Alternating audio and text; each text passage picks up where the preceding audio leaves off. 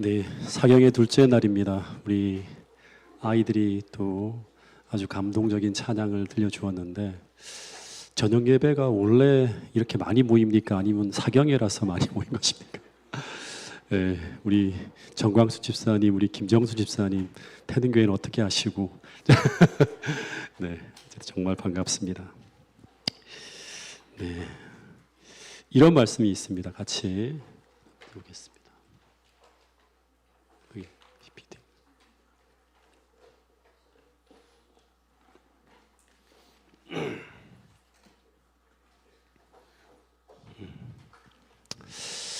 여기 보면 이스라엘 백성이 겪은 광야 생활의 역사는 세상 끝날에 사는 영적 이스라엘의 유익을 위하여 기록되었다. 이스라엘 백성이 사막의 이곳저곳으로 행진하는 모든 여정과 그들이 당한 배고픔과 목마름과 피곤함 중에서, 그리고 그들을 구원하시기 위하여 당신의 능력을 현저히 나타내신 일 가운데서 하나님께서 광야를 방황하던 이스라엘 백성을 다루신 기록은 각 시대의 당신의 백성들을 위한 경고와 교훈으로 가득 차 있다. 히브리 사람들이 겪은 여러 가지 경험은 가나안에 있는 그들의 약속된 안식처에 들어가기 위한 뭐였다? 준비 학교였다. 하나님께서는 이 시대에 사는 그분의 백성이 겸손한 마음과 온순한 정신으로 고대 이스라엘이 겪은 시련들을 자세히 살펴서 하늘 가나안을 위해 준비하는 일에 교훈을 받게 되기를 원하고 계신다. 부조화 선지자 293페이지에 있는 말씀이에요. 그래서 이 이스라엘 백성들이 광야에서 겪은 여러 가지 경험은 그들의 약속된 안식처에 들어가기 위한 준비 학교였다고 하는 걸 좀 우리가 주목할 필요가 있습니다. 그래서 오늘 우리도 하늘 가나안을 준비하는 백성으로서 이 광야에서 벌어지는 모든 이야기는 다 뭐냐 그러면 우리가 하늘 백성으로 가기 위한 교훈으로 다 담겨 있는 기록들이라고 하는 거예요. 이 출애굽기를 보면 이제 이스라엘 백성들이 출애굽기 16장에 나오는 이야기를 보면, 여기 보면 엘림을 떠나서 엘림과 시내산 사이에 있는 신광야라고 하는 곳에 이르게 되었다고 합니다. 그러니까 이 신광야가 시내산에 도착하기 바로 직전에 있는 그런 지점인데, 근데 이때가 이들이 애굽에서 나온 지 둘째 달 15일, 그러니까 한 달 정도 지냈을 때예요. 그때 어떤 일이 벌어지는가 하면 양식이 막 떨어지기 시작합니다. 그러면서 이런 일이 벌어졌다고 합니다. 출애굽기 16장 1절 2절 말씀인데 같이 한번 읽어보겠습니다. 시작. 이스라엘 자손의 온 회중이 엘림에서 떠나 엘림과 시내산 사이에 있는 신광야에 이르니 애굽에서 나온 후 둘째 달 15일이라. 이스라엘 자손 온 회중이 그 광야에서 모세와 아론을 원망하여. 그러니까 여기 보니까 이스라엘 백성이 또 이 광야에서 모세와 아론을 원망했다고 합니다.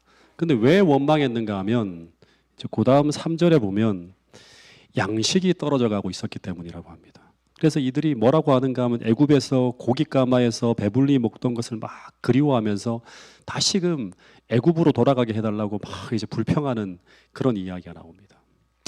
근데 이 상황은 이제 한번 생각해 보면 한 달 전에 마라에서의 상황과 비슷한 상황이 또다시 벌어진 것입니다. 그들이 마라에서 물이 떨어져 갈 때 그때 벌어진 이 모습이 똑같이 다시 반복되어지는 걸 볼 수 있습니다. 그러니까 물이 떨어진 상황이라 그러면 여기서는 뭐가 떨어지는가 하면 양식이라고 하는 종류만 바뀌었지 똑같은 문제 앞에서 똑같은 모습으로 무너지고 있는 것입니다. 그러니까 패턴을 보면 첫 번째는 하나님의 인도하심을 부정합니다. 그러니까 하나님이 우리를 여기까지 인도하셨다고 생각하지 않고 누가 인도했다고 생각하죠? 모세예요. 인간 모세가 우리를 여기까지 인도한 것이라고 하는 것입니다. 그래서 두 번째는 모세와 아론을 원망합니다. 막 비난해요. 그리고 세 번째는 뭐냐 그러면 왜 우리를 여기로 인도하였는가? 차라리 애굽에서 고생하는 게 훨씬 더 가벼웠다고 하면서 애굽으로 돌아가길 소망하게 됩니다.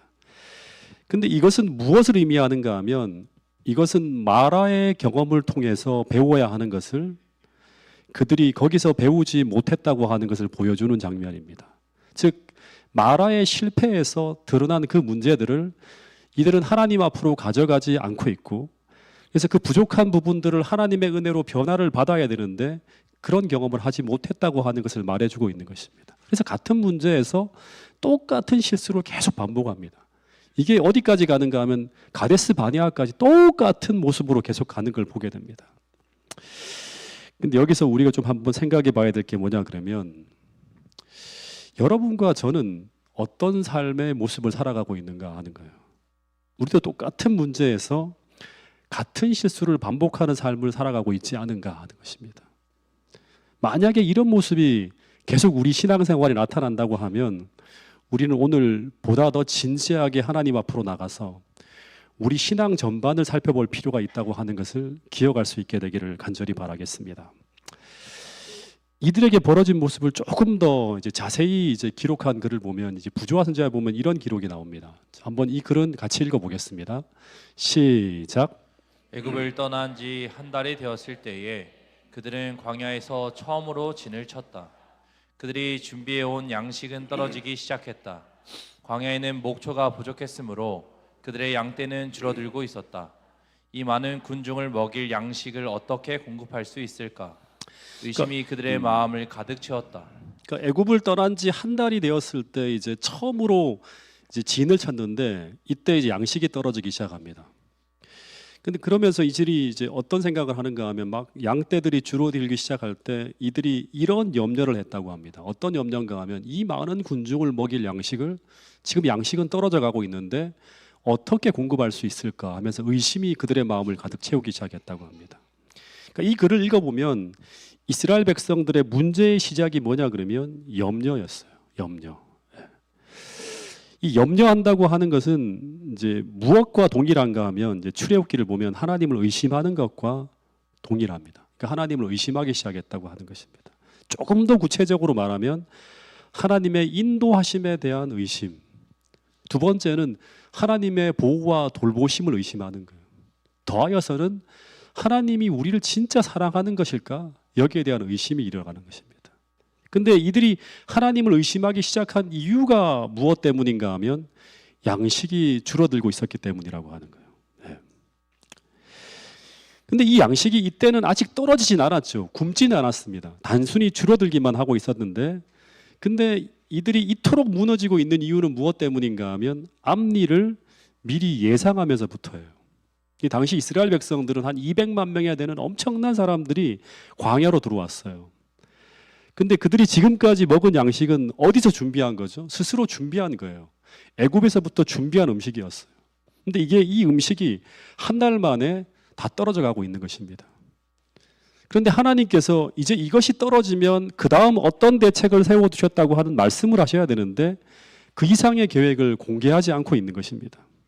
그런데 그런 상황에서 막 양떼들이 여기저기 막 쓰러지기 시작하니까 고민하기 시작하는 거예요. 어떤 고민을 하는가 하면 우리가 방금 전에 본 것처럼 이 많은 군중을 어떻게 먹일 수 있을까 하는 거예요. 여러분 이 비슷한 패턴이 요한복음 6장에 보면 예수님이 오병이어게 막 기적을 일으킬 때 그때 광야에는 얼마나 많은 사람들이 있었죠? 한 2만 명 가까운 사람들이 있었습니다. 예수님의 강의를 듣고 있을 때 예수님이 빌립에게 던진 질문이 똑같았어요. 이 많은 사람을 광야에서 어떻게 먹일 수 있겠는가 하면서 빌립을 시험해서 던졌어요. 그때 빌립이 어떤 대답을 했죠? 수학적으로 막 두드립니다. 각 사람에게 조금씩만 받게 하더라도 200데나리온의 떡이 부족합니다. 그런 얘기를 해요. 동일하게 이스라엘 백성들도 그런 생각을 하는 거예요. 지금 인구가 200만 명인데 이들을 먹이려면 과거 그들이 애굽에서 음식을 준비하는 과정을 생각해 보면 쌀이 얼마나 필요하고 밀이 얼마만큼 필요하고 그리고 그것을 이집트에서 공수해 오려면 낙타가 몇 마리가 필요하고 기간이 얼마나 필요하고 한데 지금 이 상황에서는 답이 나오지 않는 거예요. 그러면서 그들은 아직 굶지도 않았는데 이들은 이제 죽었다고 생각하면서 벌써부터 모세와 아론을 막 원망하면서 왜 우리를 인도하여서 우리를 굶어 죽게 하는가 하면서 불평하기 시작했다고 하는 것입니다. 여기서 또 하나 우리가 배우게 되는 건 뭐냐 그러면 학교니까 끊임없이 배워야 돼요. 그건 뭐냐 그러면 우리에게 환난은 대부분 물리적 환난보다 굶지 않았어요. 근데 이미 무너지는 거예요. 물리적 환난보다 정신적 환난이라고 하는 것입니다. 즉 가장 큰 환란은 이들이 하나님에 대한 신뢰를 잃어버렸을 때, 의심하기 시작할 때요. 믿음을 잃어버렸을 때, 그때 그들의 마음에서 겪게 되는 환란이 바로 이 환란이라고 하는 것입니다. 여러분, 우리는 하나님을 믿는 믿음을 잃어버리는 순간부터 뭐를 잃어버리는가 하면 평안을 잃어버립니다. 그래서 그들이 믿음이 있었다면 이스라엘 백성들은 계속 어려움을 만나게 되지만 그러나 하나님을 신뢰함으로 말미암아 비교적 평안하게 이 광야 길을 걸어갈 수 있다고 하는 거예요. 마찬가지로 오늘 여러분들과 저의 마음속에 예수님에 대한 깊은 신뢰가 있으면 끝없이 이 세상을 살아가는 가운데 환란이 오고 어려움이 찾아오지만 그러나 비교적 평안하게 하늘까지 걸어갈 수 있다고 하는 거예요. 야곱의 환란에서도 마찬가지. 정신적인 환란이 훨씬 더 크다고 합니다. 부조화 선지자에 보면 이런 말씀이 있습니다. 그들은 아직까지 굶주리지 않았다. 하나님이 굶게 하지 않았어요. 40년 동안 한 번도 굶게 하지 않았어요. 그들의 당장의 필요는 공급되었으나 그들은 장래에 대하여 어떻게 했다? 염려했다고 하는 거예요. 그들은 이 많은 군중이 광야를 여행하는 동안 어떻게 살아갈 수 있을지 이해할 수 없었다. 우리는 우리의 생각으로는 이해할 수 없지만 그러나 하나님은 보이지 않지만 끊임없이 도우시고 우리 바로 앞에 뭐를 준비한다? 엘림이라고 하는 오아시스를 준비하면서 계속 하나님은 최적의 환경 속으로 계속 인도하고 있다고 하는 것을 믿어야 되는데 이걸 믿을 수가 없는 거예요. 그들은 그들의 자녀들이 굶주리는 광경을 상상해 보았다. 이런 상상이 우리를 불행하게 하는 거예요. 이렇게 예쁘고 귀여운 아이들이 막 굶는다 생각하니까 미치겠죠. 어떻게 하지 하고 막 조바심이 나는 거예요. 우리 아이들이 미래에 어떻게 될 것인가 염려하는 거예요. 여러분, 다시금 말하지만 광야는 이스라엘을 믿음의 백성으로 훈련하는 학교라고 하는 것을 잊으시면 안 돼요. 오늘 우리 여러분도 전부 다 가나안의 하늘 가나안에 들어가 살기 위해서 믿음을 훈련하는 그런 학교의 과정에 지금 지나가고 있다고 하는 거예요. 그러면 이제 물어봐야겠죠. 이 양식이 떨어져 가고 있을 때 우리는 어떻게 해야 되는가 하는 거예요. 이런 상황에서 정말 굶어 죽게 생겼는데 그러면 이 상황에서 어떻게 해야지만 정답인가 하는 거예요. 네. 어떻게 해야 되죠? 과거에 배웠던 경험, 그들이 들어왔던 말씀의 교훈을 기억해서 그 문제에 실제적으로 이 말씀들을, 교훈들을 적용할 수 있어야 돼요. 들어온 말씀들을 실제 상황 속에 적용할 수 있어야 된다고 하는 거예요. 여호와께서는 그들이 고난에 에워싸이고 그들의 양식이 떨어지게 어떻게 한다? 허락하셨다고 하는 거예요. 여러분들을 고난 속으로 인도하신다고 하는 거예요. 근데 왜 그렇게 하시는가? 이런 양식이 떨어지도록 만든 이유는 그들의 마음이 지금까지 그들을 구원해 내신 홍해와 마라와 그 다음에 애굽에서 벌어진 하나님이 어떤 분인지를 계속 봤잖아요. 그들의 마음이 지금까지 그들을 구원해 내신 하나님께로 향하도록 하기 위하여 이 상황을 만드신 것이다. 고난이 닥쳐오지 않으면 절대 우리는 하나님께로 선제적으로 가지 않습니다. 그래서 양식이 떨어지면 우리는 어떻게 해야 되는가? 이제 우리는 하나님을 의지해야 되는구나 하면서 하나님을 향해 구해야 되는 것입니다. 그래서 만일 그들이 염려하는 대신에 그들이 궁핍한 중에서 그분께 부르짖으면 그분께서는 계속 당신에게 당신의 사랑과 돌보심의 증거를 나타낼 것이었다 하는 거예요. 다시 말해서 하나님이 양식이 떨어지게 하신 이유는 무엇이다? 또 다시 말하지만 그들이 그 고난 속에서 하나님을 향하여 부르짖게 하기 위함이었다고 하는 것입니다. 그래서 여기서 또 하나 우리가 중요한 한 가지를 기억하고 넘어가야 됩니다. 진짜 중요한 거죠. 여러분, 마라에서 이들은 어떤 하나님을 만났죠? 치료하시는 하나님을 만났어요. 근데 치료하시는 하나님을 만난 이유가 무엇입니까? 거기서 아팠기 때문이에요. 아팠기 때문에 그들을 치료하시는 여호와 라파의 하나님을 만난 거예요. 그러면 이 신광야에서는 어떤 하나님을 만날 수 있을까요? 공급하시는 하나님을 만나는 거예요. 공급하시는 하나님을 만나려면 어떻게 해야 되는가? 우리가 주림 속으로 들어가 봐야지만 공급하시는 하나님을 만날 수 있는 거예요. 그래서 이들이 양식이 줄어드는 것은 이제 이들이 공급하시는 하나님을 만날 수 있는 기회 속으로 들어가고 있는 것입니다. 그래서 우리에게 문제가 생기면 우리는 어떤 생각을 해야 되는가 하면 기회라고 생각을 해야 되는 거예요. 어떤 기회인가? 하나님을 만나고 경험할 수 있는 기회라고 하는 거예요. 그래서 그들이 이런 하나님을 만나면서 믿음을 배울 수 있는 기회를 제공하기 위해서 하나님은 이스라엘 백성들을 어디로 인도하셨다? 그 풍요로운 가나안으로 그냥 들어가는 게 아니라 광야로 인도하셨다고 하는 것입니다. 그래서 그들이 이런 줄이고 아프고 힘들고 괴로운 시험 속으로 들어갈 때마다 그들은 어떻게 해야 되는가 하면 그 하나님을 만나기 위해서 기도하며 하나님께 부르짖고 구해야 됐다고 하는 것입니다. 그리고 그 문제 속에서 그들은 그들을 구원하시고 그들을 치료하시고 그들에게 공급하시는 그 말씀 속의 하나님을 그들은 그들의 문제 속에서 만나게 되는 축복을 경험할 수 있었다고 하는 것입니다. 그런데 그러려면 그들은 어려운 문제 앞에서도 어떻게 해야 된다? 하나님께 기도하며 부르짖을 수 있는 믿음이 필요했다고 하는 것입니다. 여러분, 그래서 야고보서 1장 2절부터 7절까지의 말씀을 보면 이런 말씀이 있습니다. 내 형제들아, 너희가 여러 가지 시험을 당하거든 광야의 시험을 만난 걸 한번 적용해 보세요. 온전히 어떻게 알아? 기쁘게 여기라 하는 거예요. 왜 온전히 기쁘게 여겨야 되는가? 그 시험을 통해서 우리는 우리를 구원하시는 하나님을 만날 수 있기 때문이라고 하는 것입니다. 그리고 그 하나님을 우리가 만나게 될 때 우리에게는 어떤 일이 일어나는가 하면 3절에 보면 이는 너희의 믿음의 시련이 인내를 만들어내는 줄 알미라. 인내를 온전히 이루라.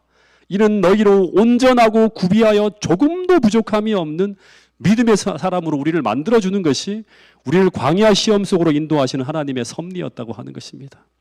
여러분, 그래서 시험에 들어갈 때마다 우리는 어떻게 해야 되는가 하면 그 시험의 순간 우리는 그 시험을 극복하기 위해서 하늘의 지혜와 능력을 기도하며 구해야 돼요. 그래서 5절에 보면 너희 중에 누구든지 지혜가 부족하거든 모든 사람에게 후히 주시고 꾸짖지 아니하시는 하나님께 구하라. 그리하면 주시리라. 오직 믿음으로 구하고 조금도 의심하지 말라. 의심하는 자는, 다시 말해서 그 시험의 순간 믿음이 무너지고 믿음이 사라지는 자는 어떻게 된다? 마치 바람에 밀려 요동하는 바다 물결 같으니 이런 사람은 무엇이든지 죽게 얻기를 생각하지 말라고 하는 거예요. 다시 말해서 시험은 지나가지만 그들이 그 시험은 지나가지만 그 시험 속에서 아무것도 얻지 못하게 된다고 하는 것입니다. 마찬가지로 이스라엘 백성들도 이 시험 속에서 또다시 아무것도 얻지 못합니다. 마라에서도 아무것도 얻지 못하고 여기서도 그들은 바람에 밀려 요동하는 물결같이 요동하면서 또다시 하나님의 인도하심을 부정하고 모세와 아론을 원망하고 스스로의 어둠 속에 갇혀버렸다고 하는 것입니다. 불과 한 달 전의 상황과 똑같은 상황에 이들이 서게 되었는데 1교시에는 마라에서 배워야 할 것을 2교시 신광야에서도 똑같이 배우지 못하는 거예요. 물과 양식이라고 하는 종류만 바뀌었지 똑같은 상황이 벌어지도록 하나님이 허락하셨는데 똑같은 방식으로 무너지고 있었어요. 여러분, 하나님은 이스라엘 백성들이 반드시 배워야 할 것을 배우지 못할 때 하나님은 계속 같은 문제 앞에 서게 한다고 하는 것이 이 출애굽기의 역사를 통해서 보여주는 굉장히 중요한 또 하나의 교훈입니다. 왜냐하면 이것을 배워야지만 그 다음 믿음의 과정을 지나갈 수 있기 때문이에요. 여러분, 또다시 이야기합니다. 우리가 그리스도를 개인의 구주로 영접하는 순간 우리 인생의 목표는 우리를 사랑하시는 우리 하늘 아버지가 계신 하늘로 가는 것입니다. 그래서 그 하늘을 가는 여정에 들어가는 순간 우리는 광야 학교에 입학한 학생이에요. 그러면 우리가 살아가는 동안 평생 배워야 되는 것은 무엇인가 하면 한 가지를 배워야 돼요. 그게 뭘까요? 뭐를 배우면 하늘 가죠? 믿음으로 살아가는 걸 배워야 돼요. 믿음으로. 이것을 배워야지만 우리는 졸업이 가능합니다. 이것을 배우지 못하면 절대 가나안으로 들어가지 못하고 광야에서 다 낙오하게 돼요. 근데 그 믿음으로 살아가는 것을 가르쳐 주기 위해서 하나님께서 사용하시는 도구가 무엇인가 하면 그 도구가 뭘까요? 바로 고난이라고 하는 인생의 문제들이라고 하는 것입니다. 그래서 그 고난이라고 하는 문제들을 만날 때마다 그때마다 이스라엘 백성들은 어떻게 해야 되는가 하면 또다시 말하지만 믿음으로 그 문제를 가지고 하나님 앞으로 나가서 기도하면서 하나님이 그 문제를 풀어주실 수 있도록 혹은 그 문제를 풀 수 있는 지혜와 방법을 얻기 위하여 끊임없이 기도해야 된다고 하는 것입니다. 이게 바로 믿음으로 살아가는 백성들의 모습이라고 하는 것입니다. 근데 여기서 또 하나 중요하게 또 배워야 될 게 있는데 하나님이 이 양식이 떨어져 갈 때 하나님은 이스라엘 백성들에게 필요한 양식을 어떻게 공급해 주셨는가 하는 것입니다. 어떻게 공급해 주셨죠? 그들이 생각하는 애굽이나 가나안에서 음식을 조달하는 것이 아니라 전혀 예상 밖의 방법이에요. 우리가 전혀 상상할 수도 없는 방법으로 이 음식을 공급했어요. 어떻게 하셨죠? 하늘에서 만나가 내려오는. 이건 생각하지 못한 거예요. 이 한 달 동안 쭉 광야로 들어갈 때 이제 굶어 죽었다 생각했는데 갑자기 기적적으로 하늘에서 만나가 내리는 거예요. 여러분 근데 똑같아요. 오늘날도 마찬가지입니다. 항상 하나님은 우리가 생각하는 방법이 아니라 우리가 생각하지도 못한 제3의 방법으로 우리의 문제를 해결하시기도 한다고 하는 사실. 이걸 믿어야 돼요. 예. 우리는 항상 1방법, 2방법을 보고 이게 안 된다고 생각하면 포기해요. 그냥 은혜 받는 자리를 떠나요. 하나님의 방법으로 문제를 풀기를 포기해요. 신앙적 방법으로 살아가는 걸 포기해요. 인간적 방법을 막 동원하는 게 바로 우리의 모습이라고 하는 것입니다. 즉 하나님은 어떻게 보면 궁지로 몰아서 인간적인 방법을 무력화하시는 그런 방법으로 우리의 문제를 풀어가시기도 한다고 하는 거예요. 출애굽기에 보면 수도 없이 이런 모습이 나옵니다. 이스라엘 백성들이 홍해 앞에 섰을 때 앞에는 이집트 군대예요. 뒤에는 홍해라고 하는 문제 앞에서 이 모세나 이스라엘 백성들이 스스로의 형편을 보면 이건 100년 고민해도 1000년을 고민해도 답이 없는 상황 속으로 막 들어간 거예요. 근데 하나님이 그들이 전혀 예상할 수 없던 방법인 홍해를 가르는 방법을 사용해서 그들을 구원하시는 걸 보게 됩니다. 그렇기 때문에 우리는 우리가 생각하는 모든 길이 막혔다 하더라도 우리는 어떻게 해야 된다? 하나님을 신뢰해야 됩니다.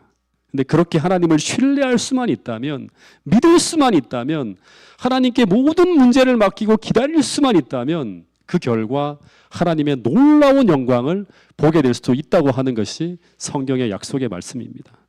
여러분 그래서 이런 말씀이 있습니다. 베드로전서 5장 7절 말씀 같이 한번 읽어볼까요? 시작. 너희 염려를 다 주께 맡겨버리라. 이는 그가 너희를 돌보심이라. 너희 염려를 다 전부 다 주님께 맡겨버리라. 왜냐 그러면 하나님께서 우리를 끊임없이 돌보고 있기 때문이라고 하는 거예요. 우리가 보지 못하는 그런 영역에서 끊임없이 돌보고 있다고 하는 거예요. 이걸 믿는 게 바로 믿음으로 살아가는 것입니다. 빌립보 4장 6절 말씀도 같이 한번 읽어보겠습니다. 시작. 아무것도 염려하지 말고 다만 모든 일에 기도와 간구로 너희 구할 것을 감사함으로 하나님께 아뢰랴.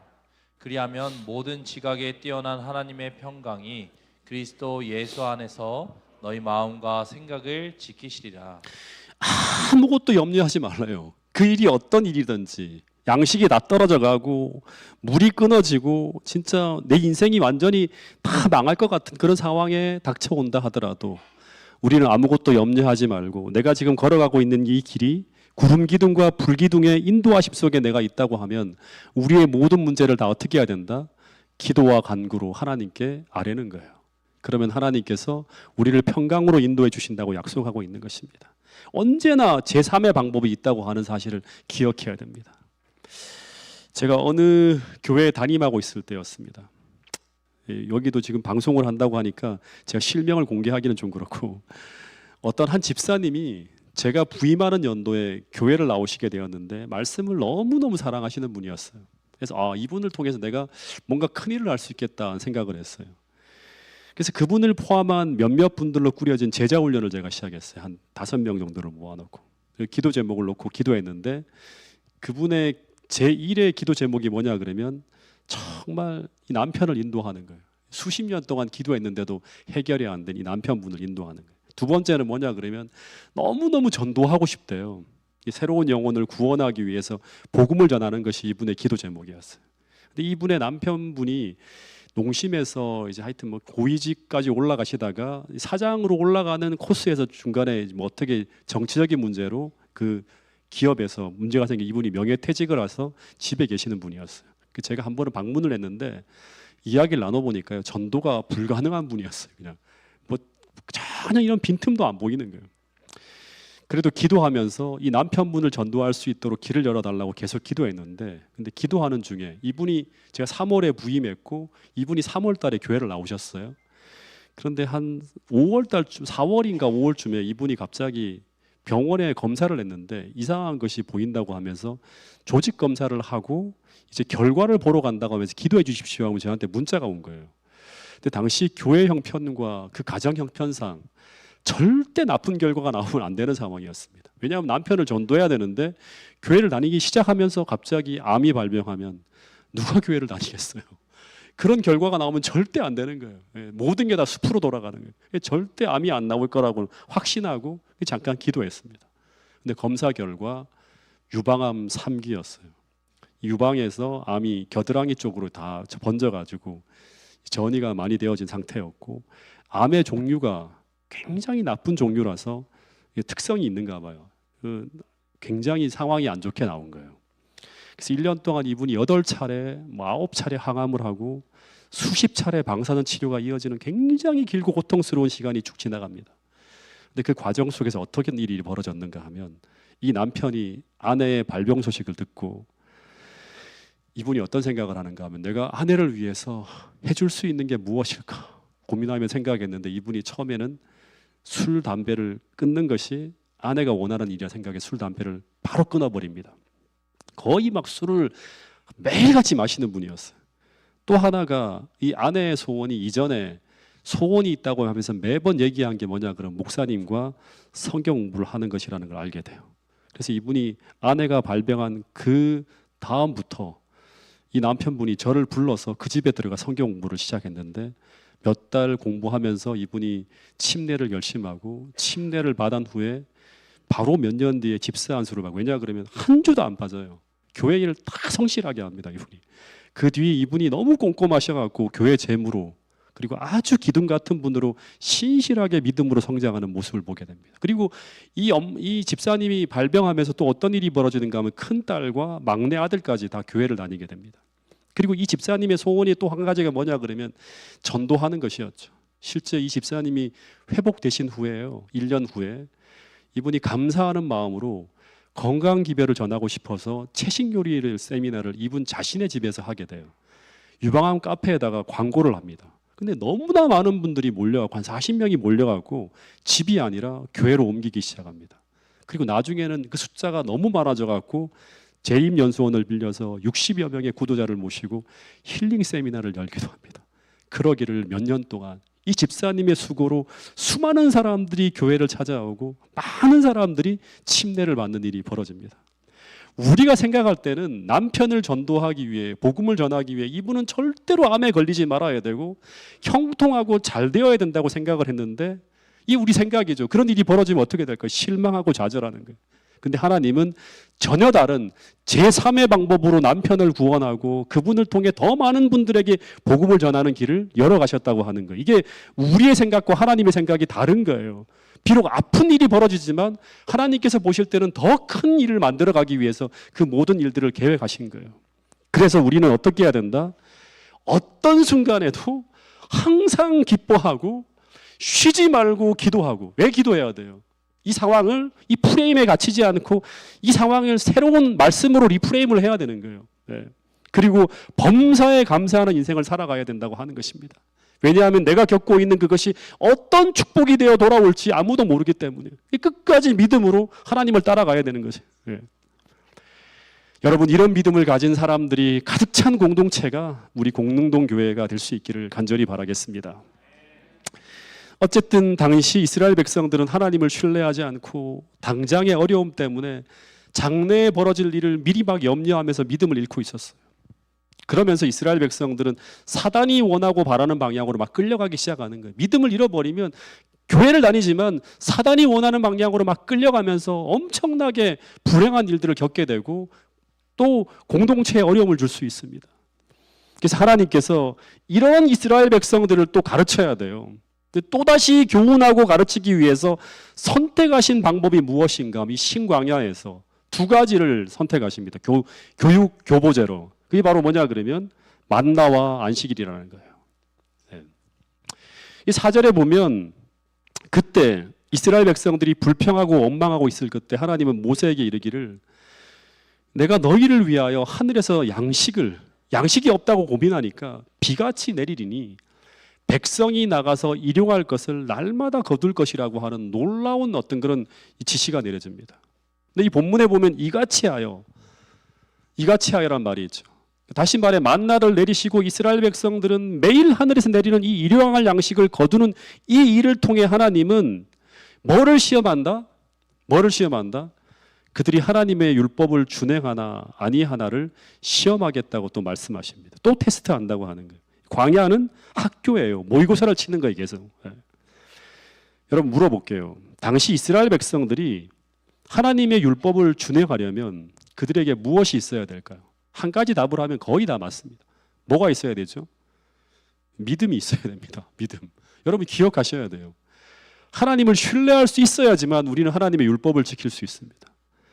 평화로운 때에는 우리는 믿음이 없어도 하나님의 율법을 지킬 수가 있습니다. 그러나 위기의 시간이 닥쳐올 때, 더하여 생존의 위기가 닥쳐올 때, 그때는 믿음이 없이는 절대 지킬 수 없는 것이 뭐냐? 그럼 하나님의 율법입니다. 그래서 하나님은 먼저 안식일을 가르치기 전에 먼저 하나님을 신뢰할 수 있는 믿음을 가르치려고 했어요. 그래서 어떻게 하는가 하면 광야라고 하는 어디에도 음식을 구할 수 없는 환경이지만 하나님은 매일매일 일용할 양식을 내려줄 것이니 너희는 들에 나와서 매일 양식을 거두라고 명하셨어요.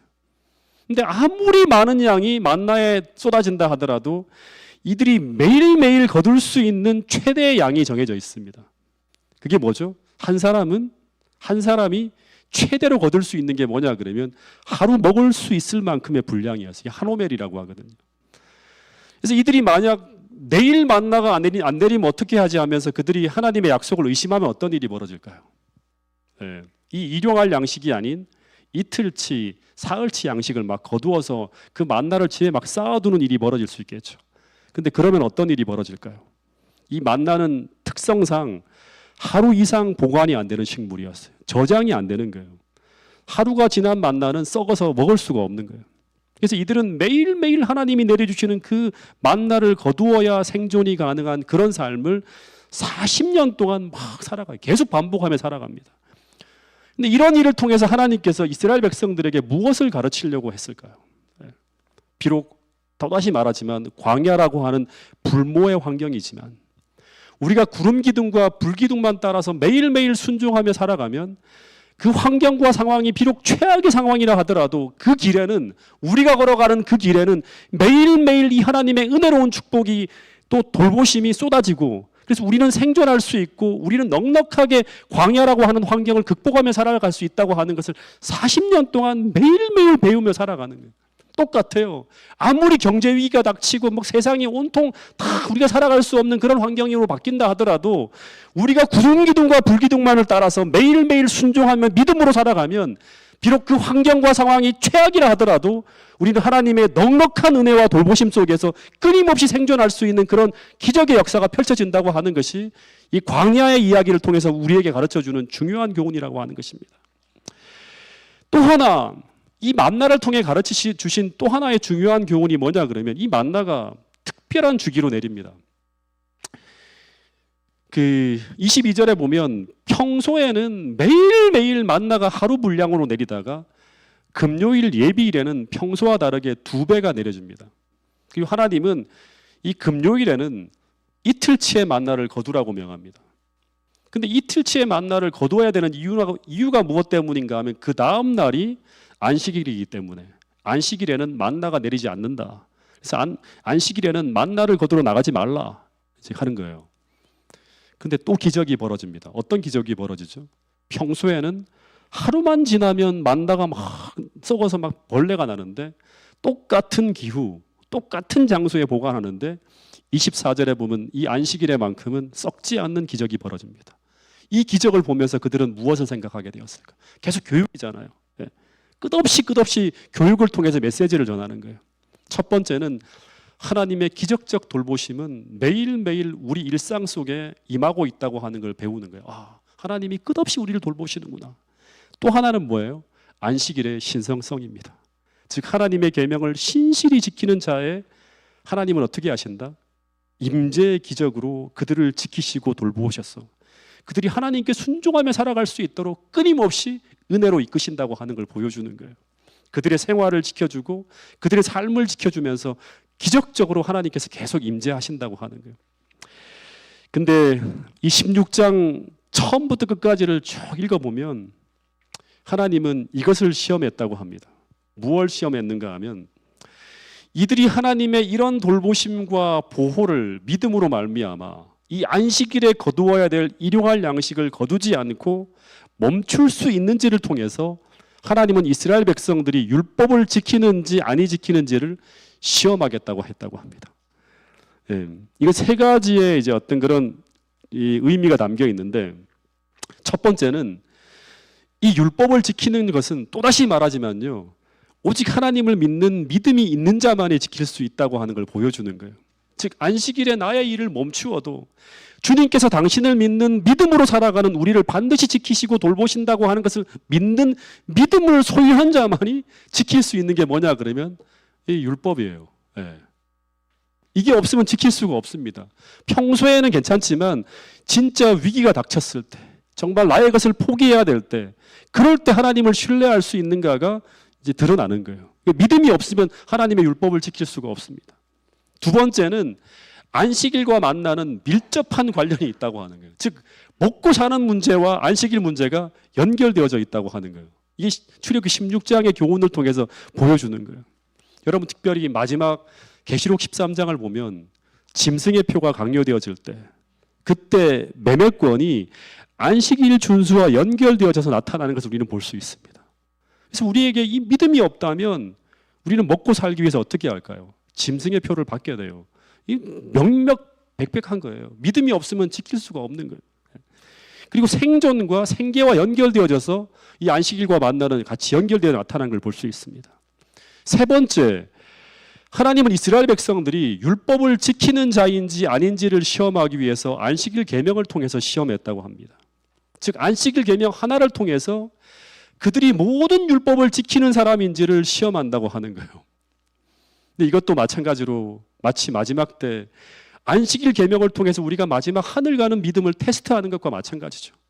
일요일 휴업령을 통해서 우리가 정말 하나님을 믿는 믿음으로 하나님의 계명을 지키는 사람인지, 하나님을 정말 사랑하는 사람인지 아닌지를 테스트 받게 된다고 하는 것입니다. 더하여 그 일요일 휴업령이라고 하는 시험을 통해서 우리가 정말 하나님을 믿는 믿음으로 사는 사람인지 아닌지를 시험하게 되는 것입니다. 여러분 또다시 진짜 중요한 걸 하나를 또 공부하게 될 텐데요.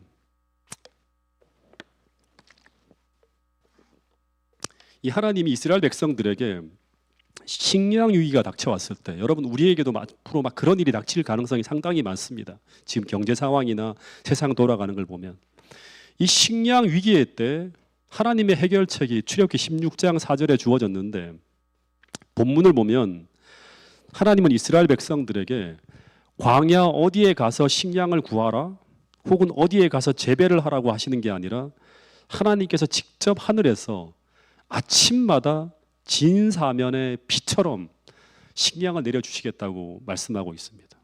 그러면서 하나님이 이런 말씀을 해요. 그 일용할 양식을 얻기 위해서 너희는 밖으로 나가서, 여기 보면 밖으로 나가라고 하는 말이 중요한 말입니다.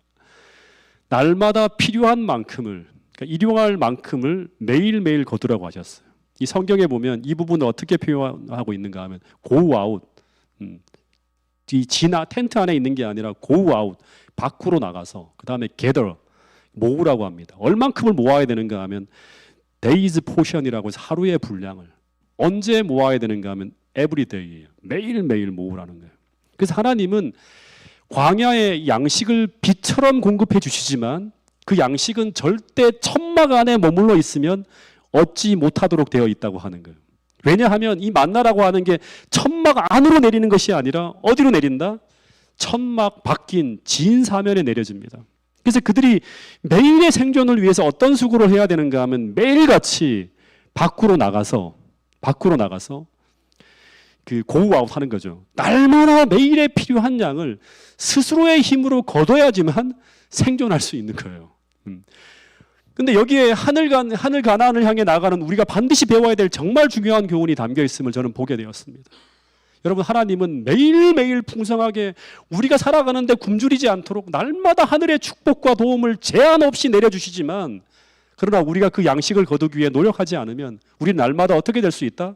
굶주릴 수 있다고 하는 것입니다. 굶주릴 수 있다고 하는 거예요. 다시 말해서 하나님은 하루 동안에 우리가 겪게 될 모든 문제와 어려움과 시험을 극복하고 이길 수 있는 충분한 도우심을 매일매일 우리에게 필요한 만큼 공급해 주십니다. 근데 우리가 그것을 공급받기 위해서는 우리는 어떻게 해야 되는가? 매일매일 우리가 천막을 박차고 나가야 된다고 하는 것입니다. 매일매일 천막을 박차고 하나님 앞으로 나가서 그것을 긁어 모으는 수고를 해야 된다고 하는 것입니다.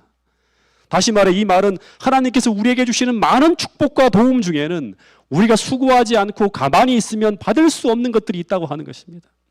여러분, 그래서 이런 말씀이 있어요. 마태복음 7장 7절부터 8절에 보면 같이 한번 읽어볼까요? 시작. 구하라 그리하면 너희에게 주실 것이요 찾으라 그리하면 찾아낼 것이요 문을 두드리라 그리하면 너희에게 열릴 것이니 구하는 이마다 받을 것이요 찾는 이는 찾아낼 것이요 두드리는 이에게는 열릴 것이니라.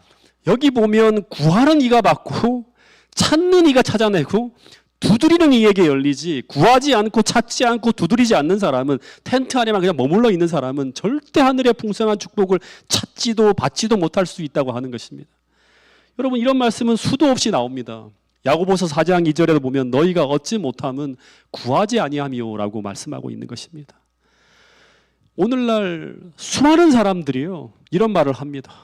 교회를 다니면서도 하나님께서 계시다면 왜 하늘의 은혜와 축복이 나에게는 내리지 않는 것일까? 너무 답답해하는 거예요.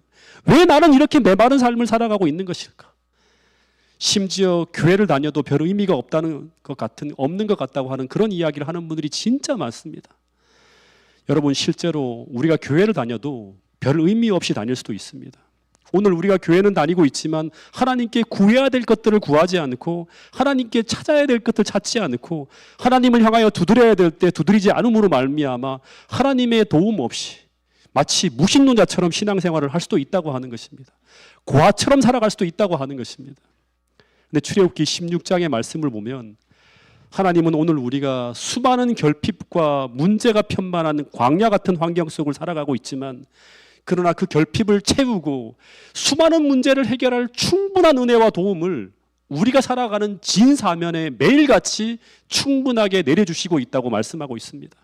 그래서 그 은혜를 갈망하는 사람들은, 그 축복을 받기를 원하는 자들은 반드시 하나님께로 나가서 그 은혜와 축복을 거두어야 된다고 하는 것입니다.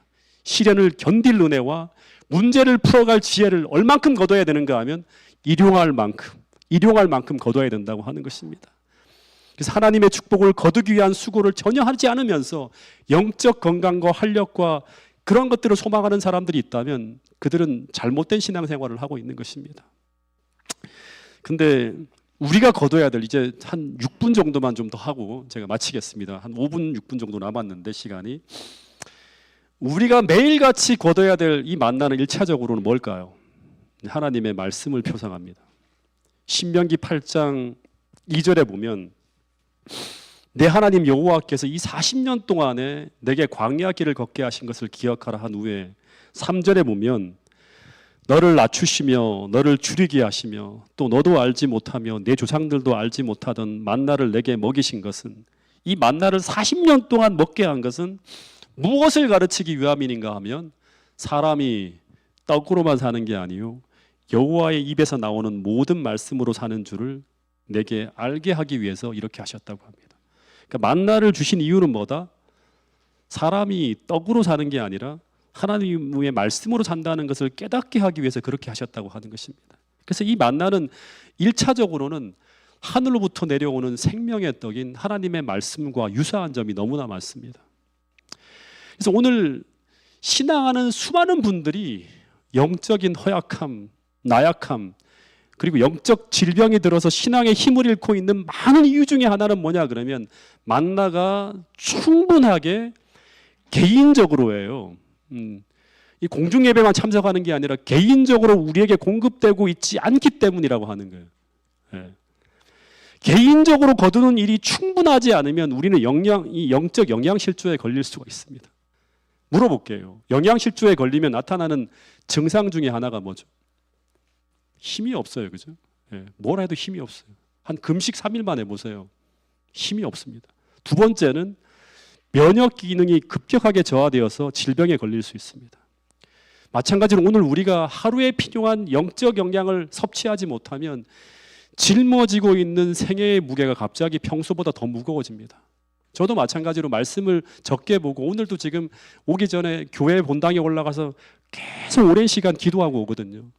태능교회를 짊어지고 가는 그러한 어떤 무게, 그 다음에 공릉동교회 사경회를 해야 되는 것, 이 모든 것들이 내가 만약에 기도하지 않고 충분하게 말씀으로 채워지지 않으면 갑자기 짊어지고 있는 생애의 무게가 평소보다 더 무거워집니다. 그리고 심지어는 견디지 못하고 낙담하며 주저앉아 버릴 수도 있다고 하는 것입니다. 또 이 영양실조에 걸리면 또 나타나는 게 뭐냐 그러면 수많은 죄의 유혹에 저항하지 못합니다. 쉽게 죄에 감염되어서 불행한 감정과 죄책감으로 고통을 받게 될 수도 있다고 하는 것입니다. 여러분, 그래서 이런 말씀이 있어요. 같이 읽어보겠습니다. 이 말씀도 시작. 이따금 유혹을 저항할 수 없는 것처럼 보이는 이유는 기도와 성경 연구를 게을리함으로 하나님의 허락을 쉽게 기억할 수 없고 성경을 무기로 삼아 사단을 대항할 수 없기 때문이다. 이따금 유혹을 저항할 수 없는 것처럼 보이는 이유는 막 끌려가는 거예요. 왜 이렇게 허약하지? 내가 왜 이렇게 넘어지지? 왜 이렇게 나쁜 말을 하지? 이 유혹을 저항할 수 없는 것처럼 보이는 이유는 뭐냐 그러면 딱 하나예요. 영적 영양실조에 걸려있기 때문이에요. 기도와 성경 연구를 게을리 한다고 하는 거예요. 적당하게 하는 거예요. 하루에 충분한 걸 채워야 되는데 그렇지 못함으로 말미암아 하나님의 허락을 쉽게 기억할 수 없고 예수님처럼 성경을 무기로 삼아 사단을 대항할 수 없기 때문에 무조건 굴복하는 거예요. 제가 목회를 하기 전에 신혼 초에 하도 바쁘게 살아서 말씀을 잘 보지 못하고 살아가는 시기가 있었어요. 그때마다 어떤 생각을 했는가 하면 이렇게 살지 말아야지 하는 그런 어떤 마음이 계속 드는 거예요. 목회를 하기 전이었습니다. 제가 집사로도 한 10년 동안 생활을 했는데 그래서 매일매일 아침마다 다짐하는 게 뭐냐 그러면 오늘은 집에 들어가면 진짜 말씀을 봐야겠다는 생각을 계속 했어요. 결심을 하고 들어갑니다. 집에 들어가면 씻고 밥 먹고 난 다음에 성경을 보려 하는데 이 밥을 먹으니까 어떤 느낌이 오죠? 배가 부르잖아요. 금방 책을 보면 힘드니까 소화될 동안만 잠깐만 뭐 하자고 하는가 하면 세상 돌아가는 소식을 좀 봐야겠다 생각하면서 TV를 틉니다. 9시 뉴스를 딱 봅니다. 그러면 얼마나 지나가죠? 1시간이 샥 지나갑니다. 그럼 10시쯤 되죠. 소화는 다 되었고 성경책을 펴야 되는데 근데 제가 한 10몇 년 전이죠. 20년 전이죠. 당시 이제 한 10시쯤 되면 그 다음 프로가 골든타임 시간대라서 보통 제 아내를 포함한 여자들이 가장 좋아하는 시청자들에게 가장 인기 있는 TV 프로가 편성이 됩니다.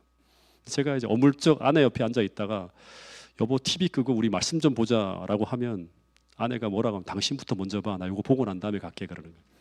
그럼 저 혼자라도 성경을 펼쳐야 되는데 그때마다 드는 생각이 뭐냐 그러면 TV가 틀어져 있는데 무슨 말씀이 은혜가 되겠나 싶어갖고 그냥 아내 옆에 앉아서 같이 TV를 봅니다. 근데 보면 재미가 없어야 되는데 너무 재미있습니다. 재미있는 정도가 아니라 막 진짜 같이 낄낄대고 웃으면서 1시간 동안 너무나 행복하게 보냅니다. 그러는 1시간이 흘러가지고 그럼 몇 시죠?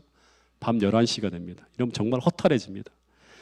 그러면 그때 늦었다 생각할 때가 제일 빠른 때라고 생각하면서 그때부터 부랴부랴 성경책을 들고 읽기 시작하는데 TV를 볼 때는 전혀 안 피곤했는데 이상하게 성경을 펴는 순간 그동안 참고 참았던 하루의 피로가 그때가 돼서야 쏟아지는 거예요.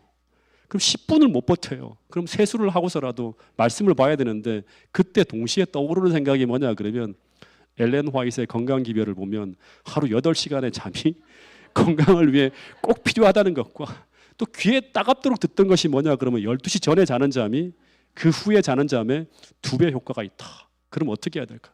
새벽에 일어나서 말씀을 봐야지. 지금 보면 안 되겠구나 하면서 이런 말씀을 이 순간에 칼같이 적용합니다. 그래서 자요. 그러면 새벽에 일어날까요? 안 일어납니다. 그래서 이런 생활이 다람쥐 쳇바퀴 돌듯 하루 이틀 흘러가다 보면 나중에는 말씀에 대한 그리움이 이제는 뭐로 바뀌는가 하면 TV에 대한 그리움으로 바뀝니다. 그걸로 그냥 보면서 지나는 거예요. 그래서 뭔가 모르게 계속 영적으로 나약해져 가고 뭔가 모르게 계속 이 뭔가 병들어 가고 있다고 하는 생각이 드는 것입니다. 여러분 그래서 마지막 말씀인데요.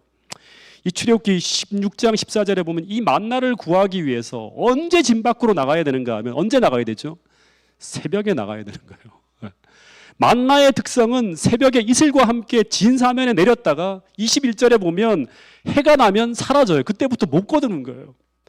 해가 뜨기 전에 아침 일찍 나가서 거두지 않으면 일용할 양식을 얻지 못할 수가 있다고 하는, 이게 영적인 것과 똑같은 거예요.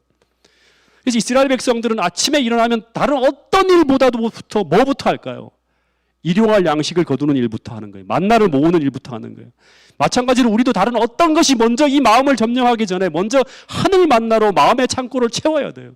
이것은 정상적인 그리스도인으로 생활하기 위해서, 하늘 가는 백성으로 살아가기 위해서 가장 중요한 삶의 원칙과 규칙이 되어야 되는 거예요. 그래야지만 우리는 건강한 믿음을 가지고 하늘 가나안까지 나갈 수 있는 그런 사람이 되는 거예요. 왜냐하면 여러분, 해가 떠오르기 시작하면 마음이 분주해집니다. 그래서 만나는 하루가 시작할 때 제일 먼저 가장 맑은 정신으로 가장 말씀을 보기에 좋은 시간에 거두어야 됩니다. 왜 그래야 되는가 하면 그때가 우리의 영적 소화력과 흡수력이 가장 좋은 때이기 때문이에요. 3배 이상의 어떤 그런 능률이 오릅니다. 새벽에 일어나서 하면. 여러분, 이런 말씀이 있죠. 그래서 마태복음 6장 33절에 보면 너희는 먼저 그의 나라와 그의 일을 구하라. 여기 먼저라고 하는 이 단어는 다른 일에 선행해서 먼저 해야 될 일이 있다고 말하고 있는 것입니다. 다시 말해서 먼저 모든 일을 행하기 전에 먼저 우리가 해야 될 일은 그의 나라와 의를 구하는 것. 즉 이 말은 하나님 나라와 그의 의를 구하는 삶을 살기 위해서 1차적으로 우리가 해야 될 일은 뭐다? 하나님 말씀으로 우리 영혼을 채우는 것입니다. 이 일에 실패하지 않는 여러분과 저가 될 수 있기를 간절히 바라겠습니다. 잠깐 복습을 하면 너무나 많은 이야기를 해서 뭘 배웠는지 모르겠죠. 간단하게만 얘기하면 출애굽기 16장의 신광야에서 이들은 마라에서와 같은 실패를 경험하며 넘어집니다. 그 이유는 무엇 때문이다? 마라의 실패에서 믿음의 성장이 일어나지 않았기 때문이에요. 그래서 같은 사건에서 같은 실패를 반복했다. 그래서 하나님께서 이 문제를 해결하기 위해서 이 문제를 해결하기 위해서 하나님께서 이 믿음으로 살아가도록 하기 위해서 가르치기 위해 사용하신 2가지 방법이 있다. 그게 바로 뭐다? 만나와 안식일이라고 하는 거예요. 그래서 하나님은 만나를 통해서 광야 같은 불모의 땅에서도 하나님은 믿음으로 살아가는 당신의 백성들의 필요를 매일 풍성하게 채워줄 수 있다고 하는 것을 가르쳐 주셨고, 그 믿음으로 그들은 매 7째 날마다 만나를 거두는 것을 멈추면서 하나님의 명령하신 모든 율법에 순종할 수 있었다고 하는 것입니다. 더하여 만나는 하늘에서 내리는 영적 양식인 하나님 말씀과 같다. 근데 이 만나는 텐트 안으로 내리는 것이 아니라 어디 내린다? 진 사면에 내린다. 그래서 우리는 짐 밖으로 나가서 수고하여 거둬야 된다. 근데 언제 거둬야 되는가? 이 만나는 해가 뜨면 사라진다. 그래서 모든 일에 우선하여 거둬야지만 우리는 영적 건강을 유지하며 살 수 있다고 하는 것입니다. 이것이 이번 시간에 배운 것인데 우리 모두가 배운 말씀대로 살아갈 수 있기를 간절히 바라면서 오늘 말씀을 줄이도록 하겠습니다.